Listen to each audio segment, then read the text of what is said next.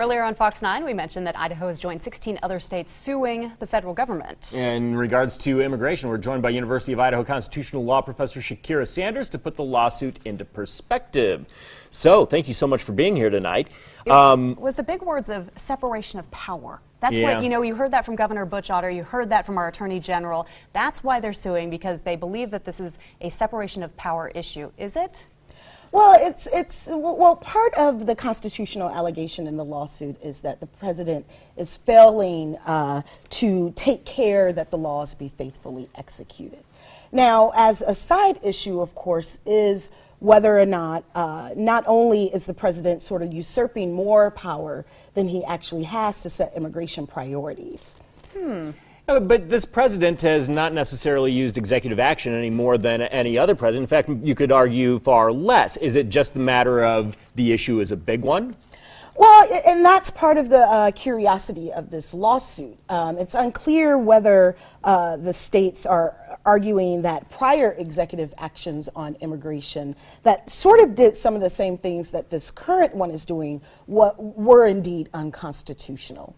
Shakira, we had you on here, Fox 9, when this first issue came up about the president possibly issuing an executive order, and we talked quite a bit about whether this was even a possibility, and you said wait, because there will be a lot of legal wranglings. Is that just what this is? Is this one of the legal wranglings where the states are trying to do something just to put a stop on it? And it's very clear that they are asking the court to tell the Obama administration that you can't enforce this executive order. One of the curiosities, again, is whether the states are themselves engaging in some separation of powers violations by asking for this.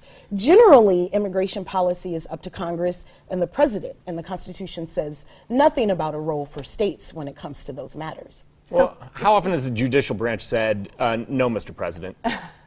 Well, that would take a lot more research. But has it happened? It has happened. Yeah, of course it's happened. But usually, again, you see the Congress bringing the lawsuit. It's very rare that you see states actually bringing a lawsuit against the executive, the federal executive, over immigration. So that's, I think, a big Shakira stay tuned message, right? Oh, I think we'll all be staying tuned. Yeah, there's a lot more to this. All right, good. I'm glad you can come back and explain it to us. Thanks, Shakira. Thank you for having me.